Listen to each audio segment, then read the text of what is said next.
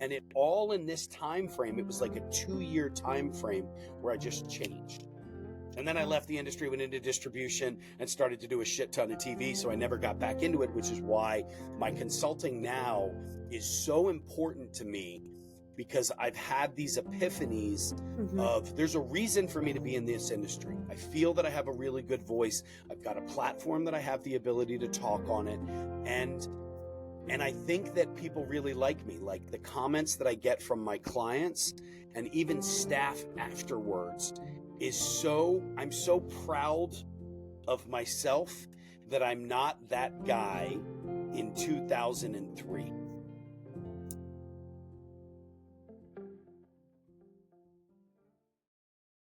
Hi, everyone. Welcome to Hospitality Bites. I'm your host and self-proclaimed hospitality hustler, Colleen Silk. But I think I've met my match today, because today I'm joined by food media personality, restaurateur, and consultant, and dad, Chef Brian Duffy. Thank you, Chef, for joining me today. I really appreciate it. Good morning. My pleasure. I'm super stoked to be here. Glad we can make it work again, since I missed you while I was in Phoenix. It's okay. I was going to say, I know that you just opened a restaurant in the last week or two, and how is that going, or how did it go? It's amazing. My clients have, I think, 11 other restaurants Oh, wow. that they operate. So they've done this so many times before, which makes it so much easier for me, because they're just seasoned professionals. They trust me and everything happens the right way.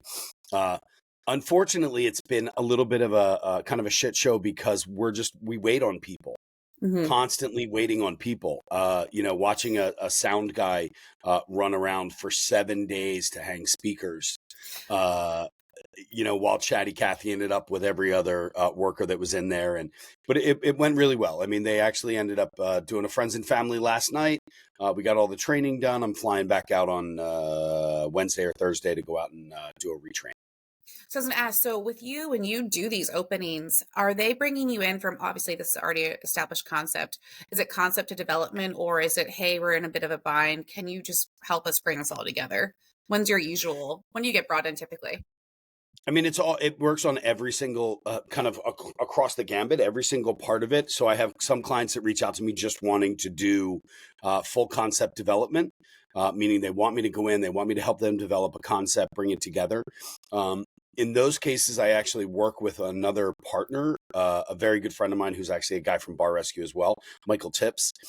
We work through a group called Maverick Theory.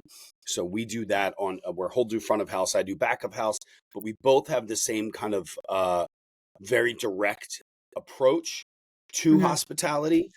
And then I have other clients who just want me to come in and just do a menu, do a train, and come in, build the menu, get them set and ready to go. And usually that's a 7-day process, 5 to 7 days, where I work on the menu throughout the whole, whatever the time frame is. Usually 6 months is my ideal world, where I can do research about the area. I can figure out what's going on, some of the best dishes, some of my most favorite concepts that I've opened have been done, and then and the menus have been created all via research, where I find out some of the most popular things that are going on in the region. Like Breeze, Illinois, that area is one of the largest pork producing regions in the world. So we got to play around with a whole bunch of pork and really get super involved in that. This is a really, really cool concept. Yeah. This concept right now is actually a honky tonk. It's called Foley Ranch Boots and Barbecue. So we did barbecue and just really, really fun food. But I do all aspects of consulting.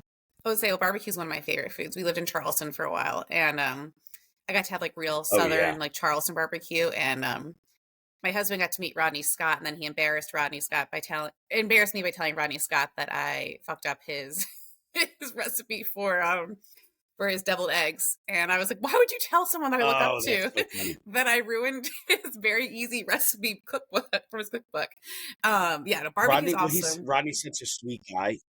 Rodney's such a sweet guy. He's such a nice guy.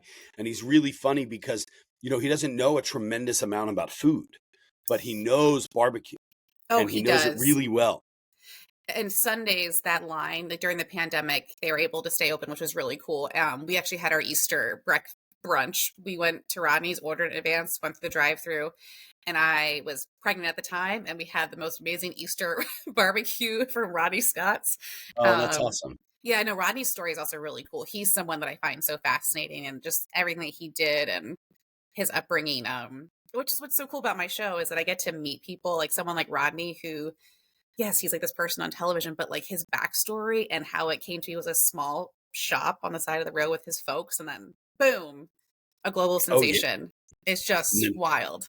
took it over and Yeah. did amazing stuff. He's just such a nice guy, and I agree. I love his backstory, and I think that's one of the things that makes restaurateurs so appealing to me is the backstory.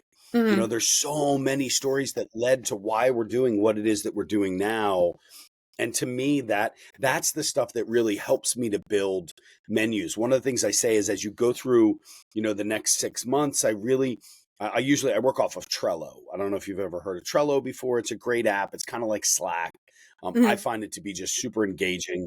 It doesn't have all the bells and whistles of Slack, which for my It's creative good for you. ADD brain is great for me. Um, but what I do is I tell people, like, take pictures of food while you're out living life. What are things that you love? Show me some of the dishes that you love, because yes, I can create a menu for you, but do you want to walk into your restaurant every day and go, man, there's nothing on here for me to eat? Or do you want to walk in and say, I'm so glad that he helped me create this menu because I have these items that are personally chosen, That's because such of the personalities of the people that are working in it and stuff like that. So And that's the backstory of restaurants that people that are average, I call them the average diners that don't speak our language, don't know the heart and passion that goes into some of like the menu items and why it's there, where the purpose is. yeah, It might be a grilled cheese to you, but it might be the best damn grilled cheese that's ever been made because they use this sure, bread from this local bakery, this cheese from this farm, like all these different exactly. things. And that's actually what I wanted to talk to you about. Your backstory is people may know you from Bar Rescue, which is so funny to me because I think about Yeah. when Bar Rescue came out, like what a phenomenon that was. And Oh still yeah. is to this It was day. crazy. Yeah, people went wild for for watching this shit show of restaurants. But for you, before all that, what were you doing? What was your upbringing in hospitality or the restaurant space? I mean, I started working in restaurants when I was 14 years old. I was washing Mhm. dishes and bussing tables. And I worked at a place called Castle's Restaurant, which is in Narberth, Pennsylvania, this tiny little town of, it used to be called Hungry Town because way back in the day, when the trains would come in, all the workers that worked in the city, so all these businessmen would get onto the trains and they would have their lunch bags with them. So it was called Hungry Town because That's everybody so had food with funny. them whenever they were hopping on the trains. So I worked in this little town, and it was an Irish pub. It was like it wasn't really an Irish pub, but it was called Castles. And I remember like working with the old waitresses who would be like, "Go clean table 4," like smoking cigarettes in the dish room and walking into the kitchen with a cigarette hanging out of their mouth, um, and then at the end of my shift, I would have to go downstairs into this like shady, dirty basement with this old Irish man who I would sit in front of, and I would hand him all of my tips. And then he would hand me a card and he would be like, all right, now you made $47. So break that down. And then I would have to hand him my taxes. It was the shadiest shit I've ever been That is involved so in at weird. 14 years old. Um, and then the kind of full circle, when I graduated culinary school, I immediately moved to Key Largo, Florida, where I worked in a restaurant. And when I came back, the first restaurant that I worked in was the restaurant that I worked in as a busboy at 14 years old. Only now I was the chef. It was bought by a new guy. So it was kind of Oh weird to like come wow. back and do that. Um, but I mean, hospitality is something that has always been kind of in my blood. I mean, I worked Mhm. from 14 all the way until now I'm 52. Uh, I did quit for a period of time. I went and worked for Ralph Lauren in the city. I said I would I did never not work in know a that. restaurant again. Okay. Yes. I oddly enough, I actually kind of like fashion in a roundabout way in my own odd style of what I It's wear. creativity. Um, Yeah, it is. And it's, I mean, for me, like even my assistant yesterday afternoon, she was doing a promo piece for us. And I said, I need color. And I sent her a picture and I said, I always have a splash of color on me. Like even Mm-hmm. right now, my glasses are camouflage, but I always have like a bandana or something on me. My boots have like a splash of red on them. I don't know. I just like kind of, I like fun colors every now and then. So I worked for Ralph Lauren. I said I would never work in a restaurant again. And I actually ended up going and working in restaurants. So I quit Ralph Lauren and went to the restaurant school in Philadelphia where I went to culinary school. Sorry, I'm plugging my computer in, You're fine. completely ill prepared for this. It's okay. Completely ill prepared for this. Um, I went and worked. I mean, I was like, I'll never work in a restaurant again. It's not something that I really wanted to do because I was working nights and weekends all the time, Mm-hmm. and I was just miserable. So I went into retail where I worked nights and weekends and holidays all the time, uh, Right. and didn't really make as much money, but it was cool. So, and then I went to culinary school. I graduated culinary school. Like I said, I ended up in the Keys. I worked down there for a year, came back into Philadelphia, and the rest just kind of went on from there. I worked for a lot of independent operators. I never really wanted to go into the chain world. I did Mm-hmm. my apprenticeship at the Four Seasons, as well as a really, really cool Italian restaurant.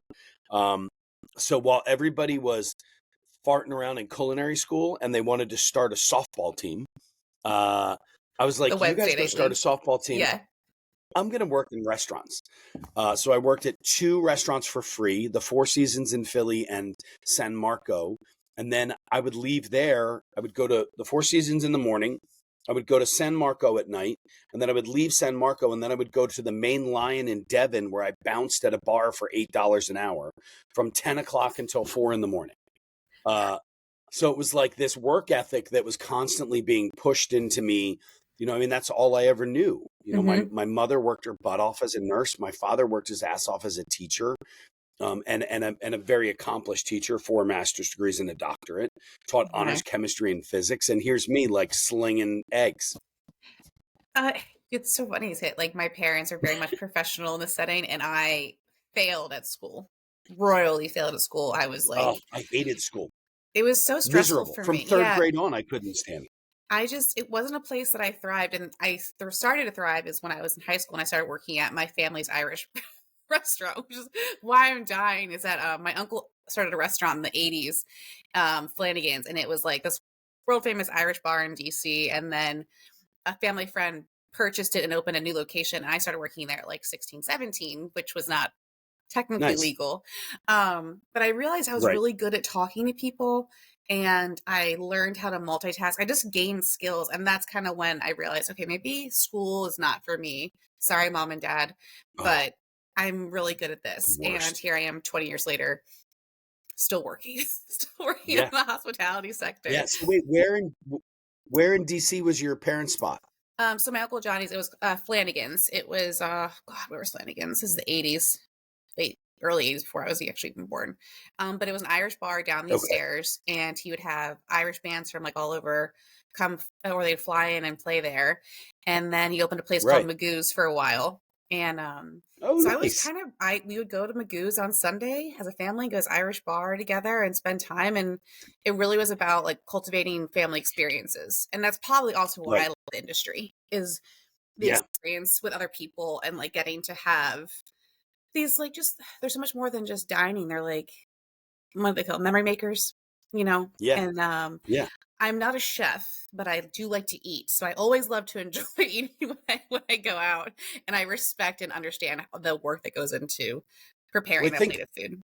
I think the Irish pub is such a launch pad, a great launch pad for people to get into the industry because, as opposed to your fine dining worlds and the other stuff, or even an Italian restaurant, or because it's such a public setting and the Hmm. idea of a pub is what a publican does, is that Right. person, and way, way back, especially in Ireland and England and Scotland and Wales and Isle of Man and that whole kind of Celtic region, it was all about you would walk in and you would get your news from the pub and you would get your soap and your toilet paper and your eggs and your milk. And it was where you went. It was such a melting pot and a central place for Mm-hmm. everybody to go. And that's where you figured everything out.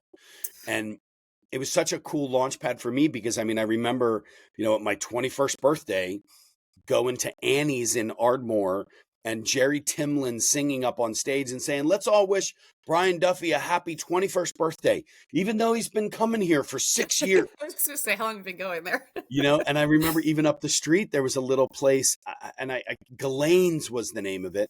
And I was 18, and my sister would come after working where she was bartending and serving, and she would knock on the door at 2:00 in the morning, and Koki, who was the owner's name, would slide a little thing across these, and there were 2 iron bars right in the middle of it, and he'd say, what do you want?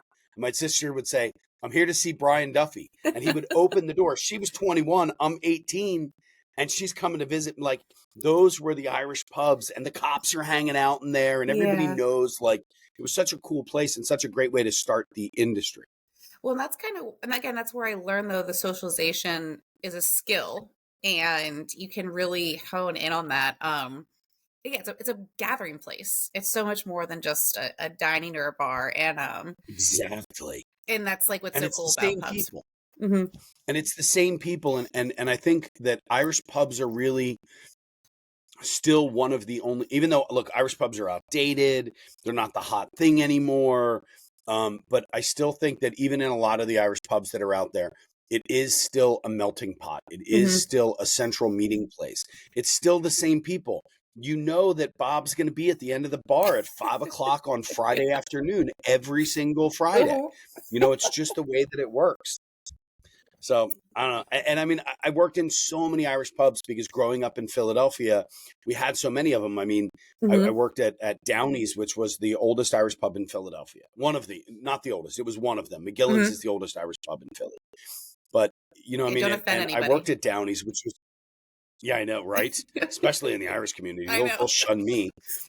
But I remember working at Downey's, and it was such an honor for me because, one, it gave me an opportunity to really play around with Irish food, which Irish food for me was, the idea of it was meat and potatoes. We all know that. And the funny part of it is Ireland is actually an island. Yes, and the outskirts of that island is surrounded by water, hence the word island. And it was a tremendous amount of seafood, but all we really know in the United States is, you know, shepherd's pie, which is Scottish, cottage pie, which is actually Irish, you know, and stews and all that stuff. And so when I started to dig into the Irish pub world about, I guess probably 10 years after I graduated, I really dug into Irish food, and I created this unbelievable menu where I did a tremendous amount of research, and we called it New Celtic because I wanted to do stuff that was really neat, that still kind of spoke to my history and my background of being Irish. And the next thing you know, I'm being voted best Irish chef in America. And, you know, the owners were getting pissed off because we were starting to do 60-40 food to booze instead of an Irish pub, which is typically 60-40 booze to food. Right. And we really, really exploded this whole world of Irish cuisine. And I focused a lot on the seafood aspect of it. And we did really, really, really cool food like through that whole time. So would you say that was like a big like trajectory change for you in the regard of like taking pub food and elevating it? Because I have a huge thing. Pub food's my 100%. Favorite food on the planet. Global pub food, no matter where I go. Pub food's always my favorite. I'll stand by that. I feel the same way. It's just, although Mexican and Latin food is really has like a romantic place in my heart. Yeah, it's so funny. I call it a warming feeling is what I talk about, like Mexican food. It's like a very warming feeling. Well, I just did a video the other day when I was in Phoenix, and before I went into the restaurant, we were delayed. We're waiting on inspectors again to come in and do stuff. So none of us could really get into the restaurant. So I drove around and I found this little food truck park, and I found this place called Auténtico, which made all sorts of great Mexican food, but they cooked everything over mesquite wood. And it was like a 15-minute video, but the entire thing just eating it from the salsa, from the craft that they used, from the wood, from the way that they cut the onions. Everything was just perfect, and it filled my soul for like the next 3 days. You know, it just built me up. And I had so much fun doing it. And then I went into the restaurant and had to do a menu class, and we all meditate before the classes. We'll get into all that at a later date. But yeah, I love that you meditate. the fun of food. I would say, well, Yeah, yeah. I do every morning. If food gives you, I call food my love language. Like I said, I'm not a chef by any means, but there's something that makes me feel a certain way when I eat something, or I'm with my husband or child, and like her favorite food right now is couscous pearls, very specifically couscous pearls. Yeah. And it's just like Israeli or Moroccan? Israeli pearls. And they okay, are just checking, because a lot of people don't know the difference. It's funny, so I always shoot that little weird chef question out. She actually picked out, we let her choose between two of the jars at the grocery store, and that's what we went with, and that's kind of where we are. Perfect. But yeah, it's just like you said about it's such a great way to get kids to eat food, is to allow them to pick through the stuff. Like in my house, my girls, who are both wonderful eaters and will try anything, if you didn't like spinach the first time, you had to try it the next time, because I may do it differently the next time, and you may love it the next time I had it. So we always had a world of like, all right, so you don't like it the way I did it today, but maybe you will next time. Yeah, we also tell her sometimes that she does like it, and then she's like, oh, okay. She'll eat it. Yeah. That's my parenting She's hack. 3.5? She's oh my God, she's totally moldable. Literally, she's like, oh, okay. Sure, that's what you said, Mom. I believe you're right. you. My bad. Yeah. Curried couscous is amazing. Oh, God, man. See, I'm pregnant right now, so you talked about curry. My favorite pub food is curry French fries and lathered French fries. And go ahead. People don't know the Indian influence and the English influence, which came through England going into India, and India coming in and spending that curry is such a massive play in all of the Celtic cuisine. So when I do menus, I always try to throw, in an Irish setting or in a Celtic setting, I always try to throw some form of curry into it. And every one of my clients shies away from it, and it never makes it to a menu. But if they want to be a true pub, there has to be a version of a curry. I feel the same way. Trust me, Colleen. Oh my God. My Uncle Andy would just be furious right now. My first time actually having curry fries was in an Irish bar, and I didn't know. And then I researched a lot about it. So I put together like a Pints and Bites, actually just recently, suggested pairing book. And I focus mostly on like global pub food, and curry. I talk about the curry that you would experience in India, obviously, has those real intense spices and just like that overwhelming heat, where in Europe, what they did was they acquired it, and it has a little more of a sweet flavor, but it's still so delectable and so creamy, and just, man, see, I'm pregnant. You can't talk about curry with me. I'm like going off this like tangent now. I had to Google real fast because I couldn't remember the name of it, but it's McDonald's. What? So I'm writing this that's down. the original curry sauce. So wait, hold on. If you go to a website called foodireland.com, you can get everything from bachelor's beans to HP to McDonald's curry sauces to, you can actually buy. So this is how in depth I went. I would take peat, okay, which is basically 100-year pressed earth, with a lot of stuff added in because it's the fields and the paddocks and all that stuff. And I would buy peat and have it shipped to the restaurant. And I would put peat not only in the fireplace, but I would put peat inside of my grill. So that it would impart these little flavors of like 100 years of history and changes in earth in the whole 9 yards, into whether it be a burger or grilling a lamb chop or something like that. Like, we always had little components of that going in it. You know what? My next smoke menu, I'm going to do peat again. So there you go. You just inspired me.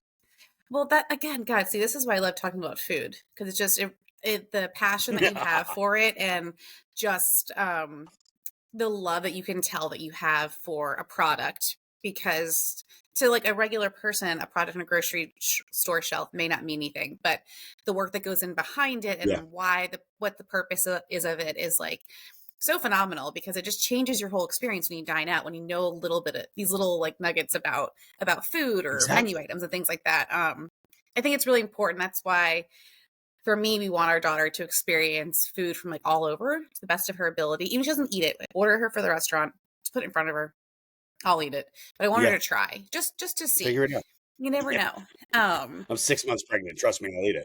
Oh, I will eat anything. I'm like real into spicy food. Anything Yeah, spicy, give it to me. love The it. hotter, the better. When you Well, were, go ahead. You were saying when something. it's funny because when I talk about food being a story in so many levels, because I don't just want to put an item on a menu to put an Hmm. item on a menu. I really want it to match the concept, match the personalities of the people. I want a history behind why I do things. And so my first Irish pub that I went into after being at Downey's, which Downey's again was a drinking hole Hmm. with, I mean, but it was, it was 6,000 square feet. So it was a massive property, but I learned what I wanted to do in there. And then my next job after that was with this Irish pub called the Shanachie, and Shanachie means storyteller in Gaelic. So I started to tell a story, and actually my first menu was written out in Irish or in English. And then underneath of it, I had the names in Gaelic. So I rewrote everything in Gaelic, Oh, and each wow. one was a chapter. So chapter one of appetizers was written in Gaelic, and it was chapter one because Shanachie meant storyteller. Hmm. And it literally, I mean, like nobody would ever understand this unless I explained it to them. But there was so much history and Hmm. so much research that went into these menus. I reached out to Darina Allen from Ballymaloe in Kilkenny. I mean, I reached out to some of the greatest Irish chefs in Ireland, and I received one response.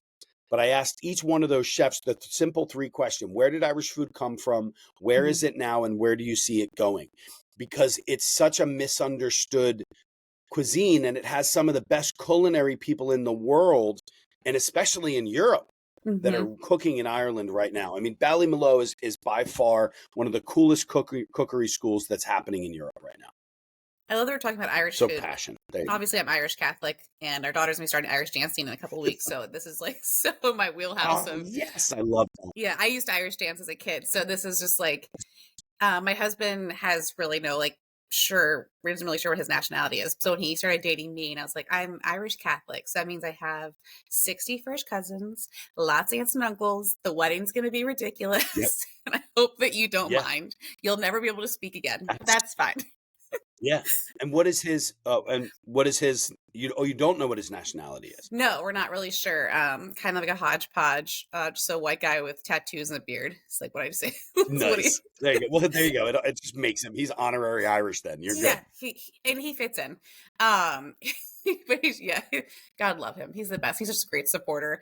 And for us, like dining out is like our whole thing, and like trivia. And again, we go to the pubs, we go to breweries, do all those I things love that. together. And That's he's really awesome. encouraged me to keep pushing this like show forward and see what can come of it. Um, which is so funny because like food media obviously is a phenomenon.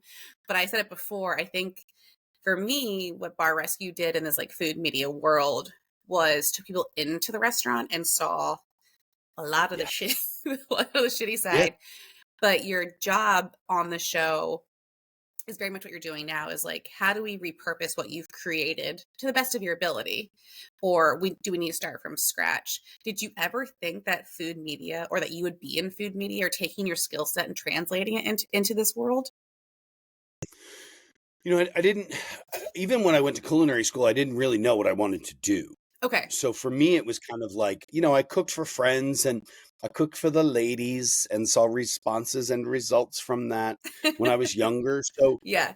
so it was like, I didn't 100% know. I mean, I made money. Like I remember waiting tables at, uh, I don't know, I don't even remember the name of the McCluskey's, and I was waiting tables there and watching the cooks in the kitchen, who were just the coolest guys. They were the Mhm. coolest guys. They were badass. There's flames all around them, and they're burning themselves, and they're smoking cigarettes and drinking their asses off at the end of the day. And I just thought it was the coolest thing. And then when I started to cook for friends, and my buddy was like, "You should really go to culinary school," still didn't know what I wanted to do. I mean, I remember, it's in my bio. Like I talk about remembering that first time that I put that jacket on, and Mhm. as a kid who hated school, I mean, went to Catholic school, grew up Irish Catholic. My father taught in Catholic education for Mhm. 27 years. My parents are Eucharistic ministers, like the whole nine yards. Like we were Irish Catholic, man. Like that's how we were raised. With 2 or 3 days out of the year, we were super Italian. Like Christmas Eve, Easter, and That's so funny. Palm Sunday. All the Those food. were the days we made raviolis. Yeah. Uncle Jack came over and made crosses out of palm, and lavajau. We ate the 7 fishes, where we ate the weirdest stuff of the year. But for me, the rest of my time during all of that was all Irish. So uh, it was like I didn't know what I was going to do in the industry. I wasn't Hmm. sure, but I knew that I loved to cook. So I really went headstrong into it, and I was very dedicated to what I was doing. Um, I raised a lot of questions. I almost didn't graduate culinary school because I was an asshole, because I asked too many questions, and culinary school didn't want those questions being asked. But I did ask the questions. Hmm. And as I've grown through the years, from graduating culinary school in 1994, 95 to where I am today, I always talk about my first 10 years in the industry and my last 10 years in the industry. My first 10 years are never going to change. There's nothing that I can do about that. I was an Yeah. asshole. I used to throw things and yell and scream and treat people like shit because that's what I thought was supposed to be done. And then That's what my we all last 10 years, experienced. like, it's what we Yeah. all experienced, except I worked at the Four Seasons, which was an on. I mean, it was an honor to be there. And Jean-Marie Lacroix would shake your hand when he walked into work every day. And I worked for free.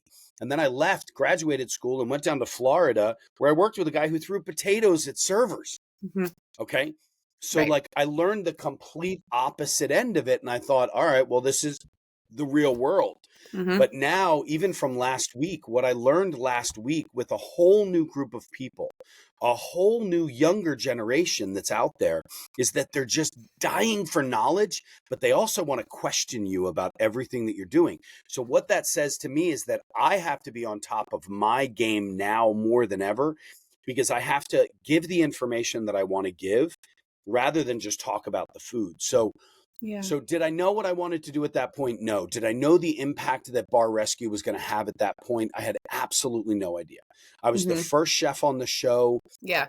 I was, and still to this day, and this is not a cocky statement, I was the number one most favorite chef that was on the show, more than any other chef who's been on there.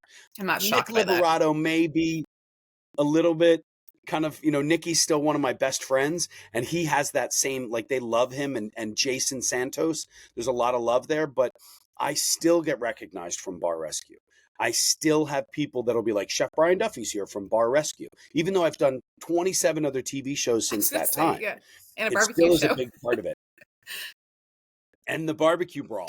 Yeah. But I think that for me, what I learned from that show is that, one, the first 2 seasons were 100% real. There was no fabricating, no real production.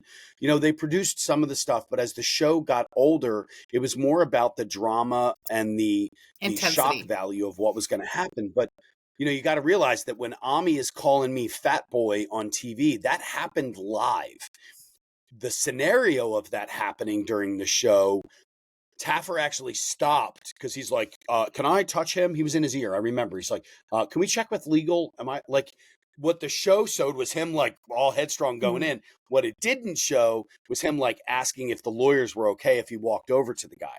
Mhm. What it did show was me holding the bartender back because it got ugly for a couple of seconds, and then me going after Ami. What it didn't show was what I did to Ami to get him to that point, because I completely egged him on in the kitchen because he was a piece of shit.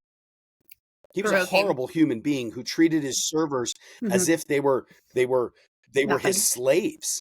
Yeah. And it was the coolest transition to watch these poor, these unbelievably beautiful and intelligent women, 2 of whom were in medical school. One was in the process of getting her master's degree. Another girl was getting her doctorate in education, and he's treating these people like they're slaves. Right. And Like they to don't mean watch the anything. transformation of that, Mhm. it was awesome to watch them, like, to bypass him and go down. So I don't know if I'm answering your question at all. I had no idea that it was going to end up to this point. Well, what you talked about was like that toxic environment and like the intensity of the restaurant.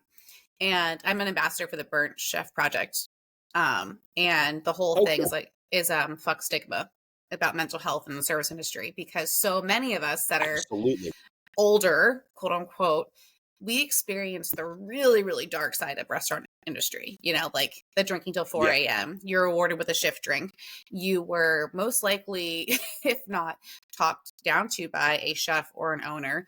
You were probably being hit on if you were a Sure. young woman by everyone that walked in the door. No one was standing up for you because like, oh, it's more Everybody. money, right? Like this really, really gnarly, toxic environment that we all just kind of took on the chin because we were making money.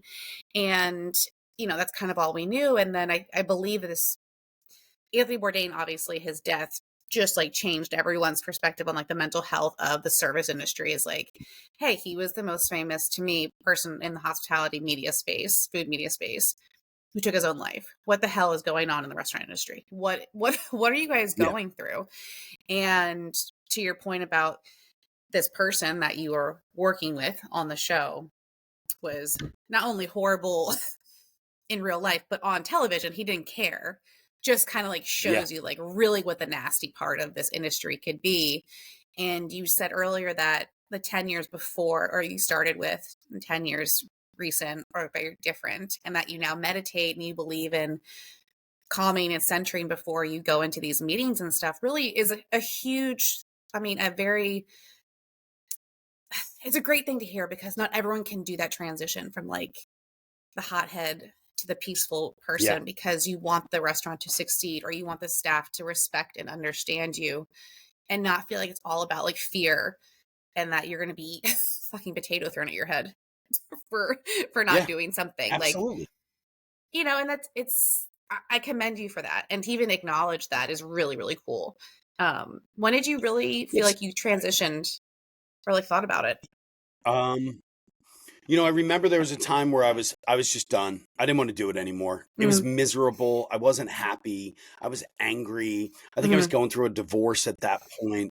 Like there was a lot of shit that just went down. And I remember talking to my sous chef, who was a great friend, who unfortunately I had to fire because he ended up becoming just what I found out was that he was jealous of what I was doing. And it became a joke. Like, oh, you're just angry because your flight was delayed or you didn't get upgraded into first class. Like it started to become a real bad joke.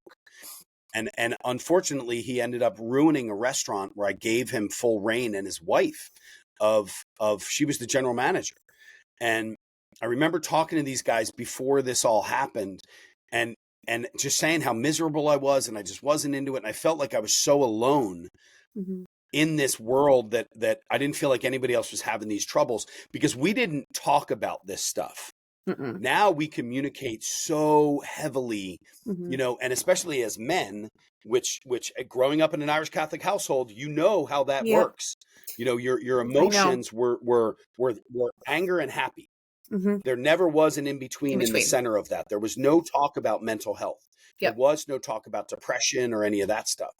And I was and as I look back on it now, as an avid therapy goer every Wednesday morning at 9:00, my favorite part of the day, I realize now that how many of us kind of hid through that and how many of us were really depressed during a period of that time. So I realized that I had to make a decision of whether I was going to stay in this industry or I was just going to take off and do something different. But I didn't really know what I wanted to do. So I said, all right, Brian, what you got to do is you've got to start to treat the employee in a much different manner. So I started to change things around. I stopped dictating and I started to delegate.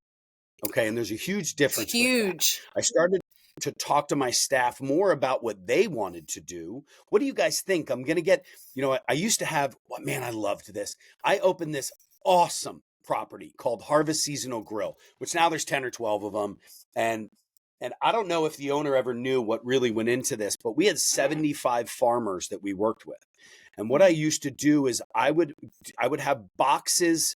I'd say to the farmers, do me a favor, send me one box of something, whatever it is that you want to get rid of. And I would then put them in the box in the walk-in. We had one dedicated walk-in just for produce. And these guys, my cooks, girls and guys would walk into there and they would be ecstatic on a Tuesday afternoon because I'd say, go in and I want you to make me something. Let's find something that we can make a special out of. So they would run into work earlier to get in. And I started to really realize that by doing that, by allowing people to make their own mistakes instead of me going, get away from that. Let me do it. I'll show you how to do it.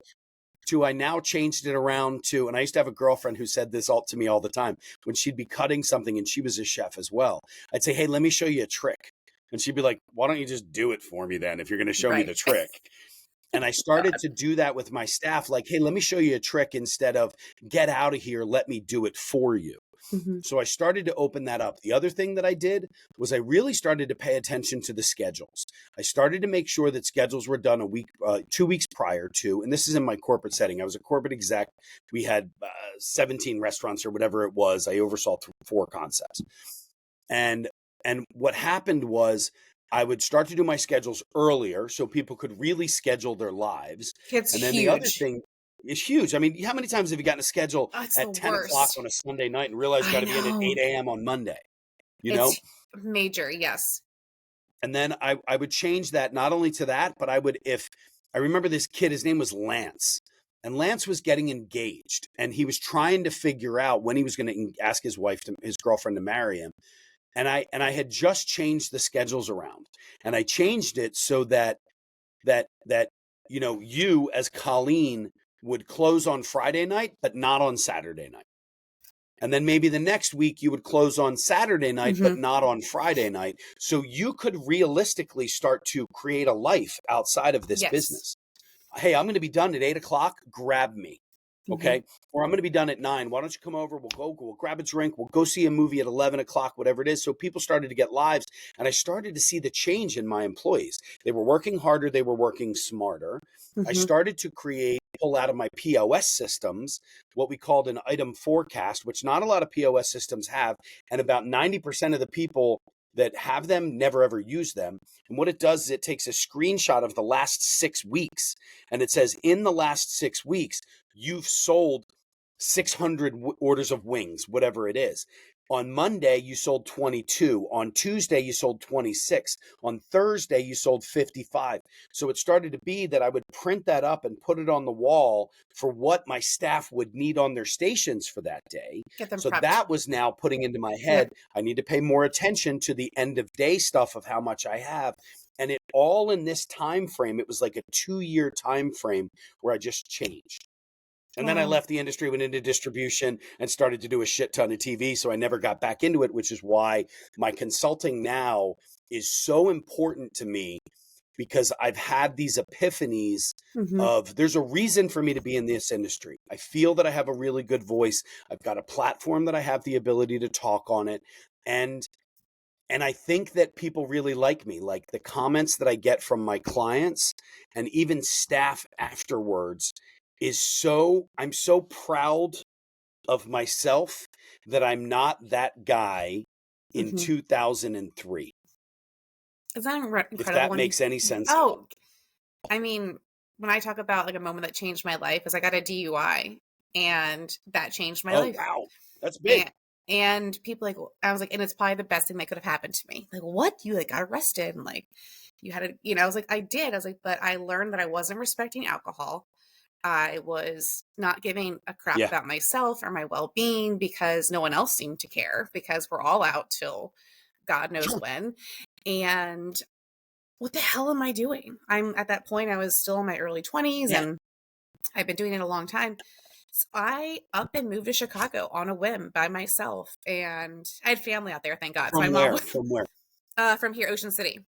So I moved from Ocean City, Maryland. Oh, okay, gotcha. Out to Chicago, and which is tiny little, and that's a small community. Yes, we're all very tight knit, and actually, all these people here are like my dear friends, and I met them all in the industry, which is ironic. They're all like the loves of my lives, if I could say that. Aside of my husband, just really encouraging people. We all love the industry so much. We've all grown a lot, and we've all had these moments of like, wait, what are we doing? We got to take a breath. But when I went to Chicago, that's when like my life changed, and I just started doing things in a healthier manner.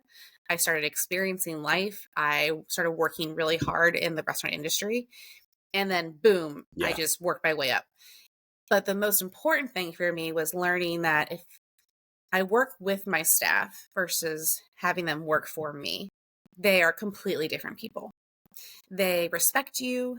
They see me bussing tables. They see me jumping behind the bar, which I hate being behind the bar. They see me on the slide. I'm in the kitchen when asked to help. But it Yep. just changes people. They're like, hey, if my boss is in her, her skirt and her dress and her radio on, and she's back there in the dish room, then I can be back in the dish room helping too. And it just changes people. Yeah. But it took me kind of getting to that really dark, shitty place of like, what the hell am I doing? To want to stay in the industry, but if I'm going to stay, I got to do it the right way. And I got to do it the healthy way. And I got to take care of Yeah. myself because no one else is going to do it for me. Yep. And that's what Yeah. I love that And about you. I mean, you getting a DUI was probably my fault earlier on in life. And I say that because, the amount of times that and my age group, I have conversations with people about this all the time about, I'm shocked that I never got a DUI. Okay. I mean, and I mean that in the most, I don't mean it in like a bragging manner. I mean it in I'm shocked that I didn't kill somebody and go to jail. Right. Because there were too many times we didn't have the situations that we have now of an Uber or even the accessibility to a cab like we do now. So there were the times that I would hop in my car and drive home and park my car on my goddamn lawn because I didn't hit the house. Thank God. Right. Right. And I don't say that. I don't say that with bravado or bragging. I say it as thank God that I didn't kill somebody. I mean, I remember times of getting pulled over and being let go. I remember being in the islands one time and having a cop turn my damn car around and tell me I was going the wrong direction. Wow. Okay. So it's like I'm so lucky that that never happened, but probably at the same time, you're very lucky that happened because it made an impact on your life so 100%. That it's not something that you ever do again. No. I mean, and I don't drink much now. It's not a big part of my life. I drink I love Budweiser.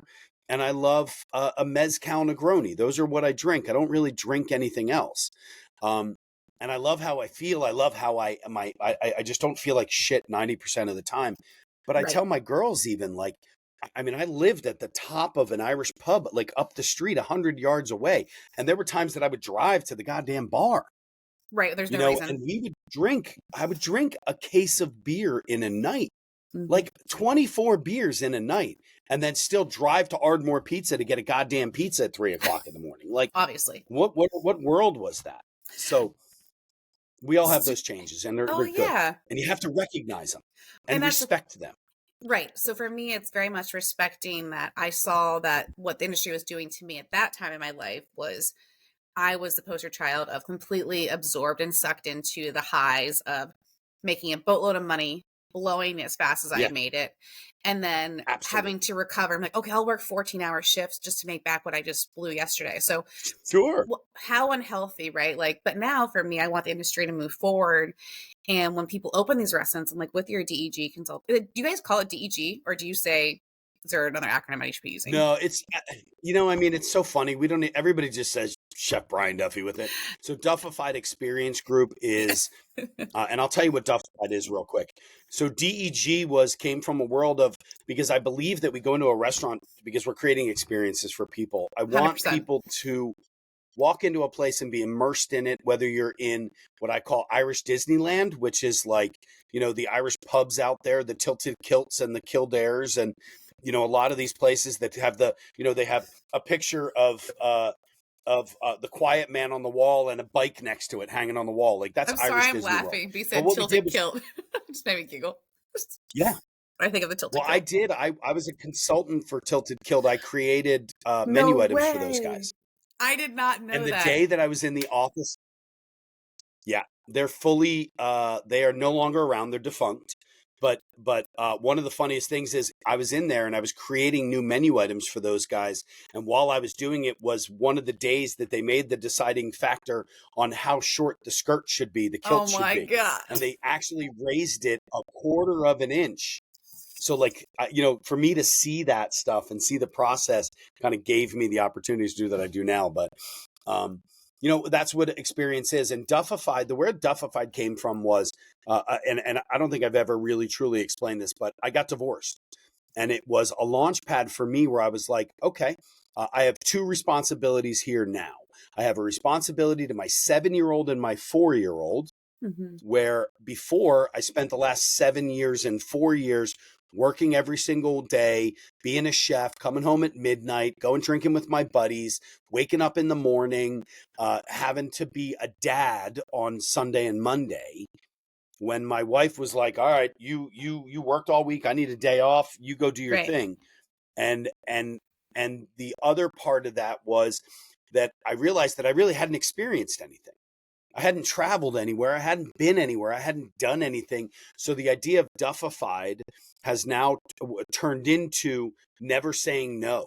It was all about saying yes to every single experience that was put in front of me, which is why I just booked 14 round trip flights.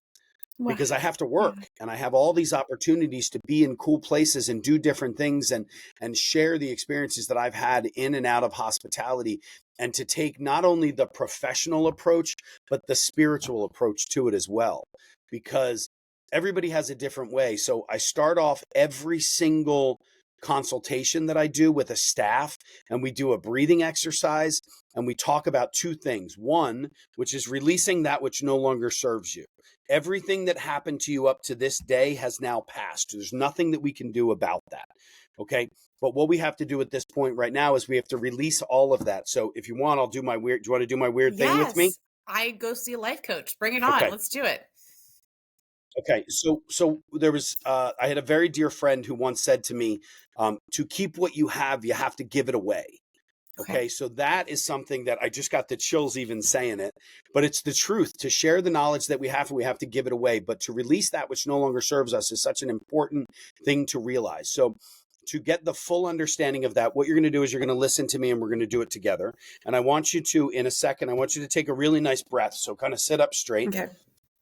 And I want you to take a breath in through your nose, and I want you to hold that breath until I tell you to get rid of it. Okay. So what we're going to do is we're going to do that breath right now. We're going to pull it in as deep as we can.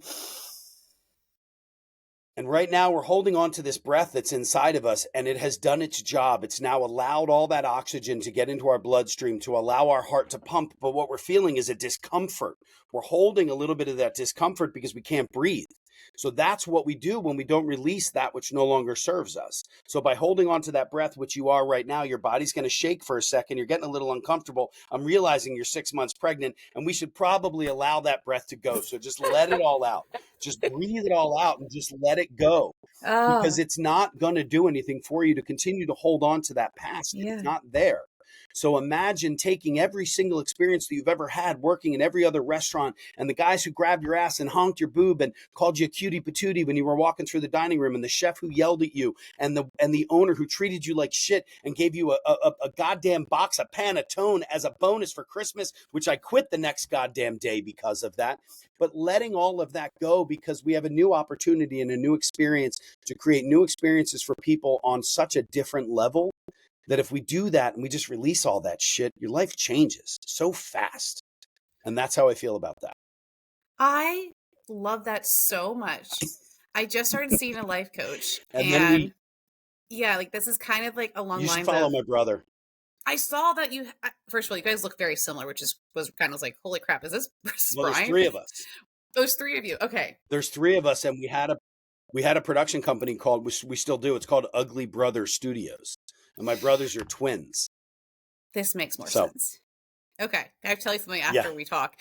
But I love that you, first of all, what Duffified means, because to take something, like you said, and to turn it into what it is now is, I commend you for that. And also just being a dad, I know how tough it can be. And girls, man, they're tough as shit. Oh, so I love my daughter. So amazing. But they're so great, but they're also really tough. And we have a lot of things that we go through, and to navigate that in the industry we work in is really, really difficult to separate and have time for one another.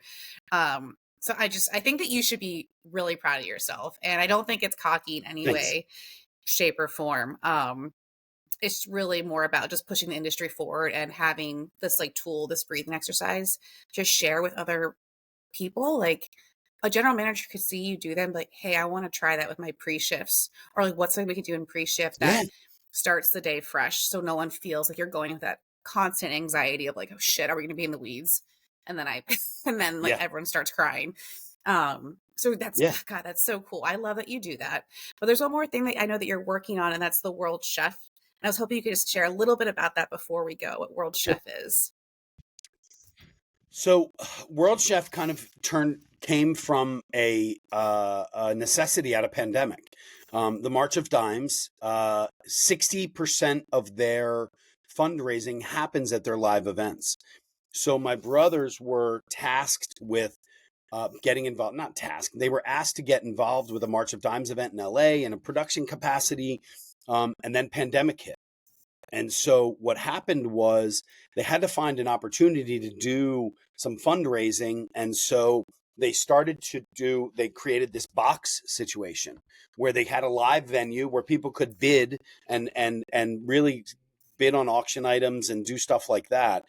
And so from there, my brothers met with a couple of different people that all became partners in World Chef, which was, it is still out there, but we've transitioned into another level of it right now. And what World Chef is like, we worked with some of the greatest chefs in the world, from Dominique Crenn to Tim Hollingsworth and Tiffany Derry and Brooke Williamson and Joe Sasto and all these unbelievable chefs who we created boxes for them. So like I did a box as well, on not because I'm one of the greatest chefs, but because I'm a brother and a partner in the company. And I did a Philly lobster roll. So we did a Lishio's roll out of Philadelphia, split top, that we taught you how to sear it off in butter and then poach the lobster in the butter.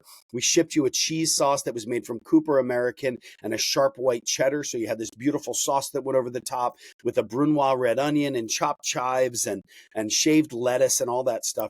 And we taught you how to build it so you could buy these boxes and have them shipped to your house. The last one that we did was for Stanley Tucci. So Stanley Tucci created a box. We then ship it out. We send a little video along with it to teach you how to do it. And since then, we've actually transitioned into a whole nother company that is now called Yum Crunch, which still has ties to World Chef, but this is our viral ASMR side. So we work with really, really, really cool chefs and influencers all over the world. We just hit 100 million views a week and a half ago on a lot of our projects and on our platform. We work with, Chuck Mateo from Oakland, California, who was on Barbecue Brawl with me, we have a comedy section now. Brendan Collins, who is a classic, unbelievably talented and so well-trained British chef, who does Cursing Kitchen, who just looks at products and he's like, you're going to fuck that up real quick. Like, so we have these really cool things. So if you get a chance, follow Yum Crunch, check that out. It's on Instagram. We have so much fun in TikTok, and we just do really cool stuff. Like we did a thing called Unpack the Snack, which we had 2 6-foot tables with snacks from all over the world. And I would walk in with nobody else around and pick 3 of those snacks. And then I would leave. And then another chef would walk in and pick 3 snacks as well. And then they would put us on camera blindfolded. One would be blindfolded. And we would hand the other chef the snack. And they would have to pick what the snack was and what country it was from.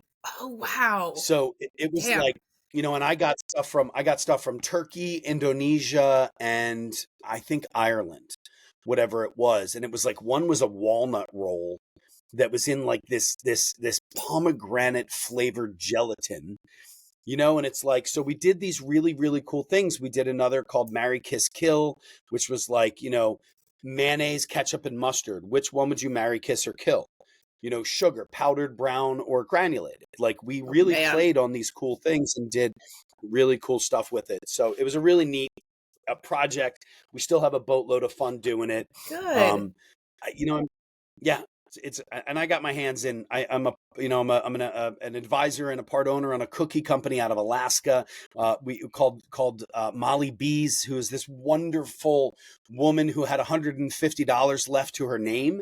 And she now is the CEO of a multi-million-dollar company selling cookies. We've got them in Walmart and Target and in convenience stores all over the world. And I'm a part owner of a spice company out of Germany and Denver. Like we're just all over the place. And that's all because I made a change and I decided to release that which no longer serves me. Bring it full circle. Good for you. And I'll say that's like the perfect way to end it, is just where you started your whole like little journey to where you are. Little journey, Jesus Christ, calling me 20 years of journey to where you are now is phenomenal. And I'm really, again, it was such a pleasure and an honor that you took a chance to join me on Hospitality Bites. It's all about sharing experiences, and that not everyone is alone in this world. We all have very similar shared experiences, especially in the restaurant and hospitality industry. And I hope that you are so proud of what you've accomplished in your career. It's really, really wonderful. I'm having fun with it. I mean, I'm really cool. And actually, just I'm going to touch on that real quick. I'm involved in something that is happening in April 13th, and it's called the Mental Wellness Summit, and it's going to be in, I believe, Seattle. I have the information here. I can send it over to you. So you can it's in Everett, Washington. Okay. And it's inspiring. I'm apparently doing an inspiring speech. We're going to have a panel discussion that's hosted by the James Beard Foundation. We're doing a food tasting and art booth and live music. And there's going to be a whole bunch of different chefs that are involved in this. And it's actually put on by a guy named Maron Bible, who is the curator of an Instagram page called the Ghetto Food Network. Okay. And Maron is a really cool dude who asked me to be involved in this, and I'm really excited to be involved in it because I think that we need to really have more conversations in the industry about mental wellness. So obviously, I'm a huge supporter of that. I believe in it, and I'm working towards doing that every day with this show. And just, you're not alone, everyone. I hope you know that. I'll connect you guys as well. That'd be great. You'd really enjoy talking to Maron. He's a really nice guy. And I love the name of his Instagram account. I'm going to be looking that up ASAP. Ghetto Food Network. I met him in Vegas. That's amazing. He was just the coolest guy, and he had, I think, like 800 followers at that point or something, and he was really wanting to do something different. And he had some changes that happened in his life, and he had an epiphany, and boom, here we are now. Man, isn't it cool? We take a life experience and make it something out of it. That's what I'm trying to do right now. So we'll see what happens in the future. But Chef, it was absolutely my pleasure. If your husband ever has, if your husband ever has daughter questions, I've got them all. We keep heating pads all over the place. We have heating pads for your stomach, for if you have your period. Like we've got it all discussed and conversed about in this house. Everything. There is nothing that is hidden. I will share this with you. He goes, so what point am I not supposed to wipe her or help her wipe? I was like, that's a conversation. So funny. You're going to have with yourself. And he was like, okay. So, he's this big burly guy with this little princess of a daughter who's also kind of a brat sometimes. But, I love seeing him in this new world of the bearded tattooed dad who's also wearing princess clothes and playing ping pong in the basement. It's so cool. And we actually met. Do you know that I have glitter on my toenails on my two big toes? Well, he has yellow nail polish usually. He wears a lot of yellow nail polish. My girls, I call them and say, when I get a pedicure, I say, what color? That's so funny. Well, we actually met because he was my employee and he sucked as being a server. Thank God. And that's how we met. And so we fell in love working in the restaurant industry. So it's a very special place in my heart. And people like you are making it a better place. So I want to thank you again for joining me. Thank you all for listening. And remember to check out hospitalitybites.com for more information on the show, about me and my services, and how you connect with me directly. Please be kind to yourself and take care. And thank you again, Chef, for joining me. My pleasure. Thanks, Call.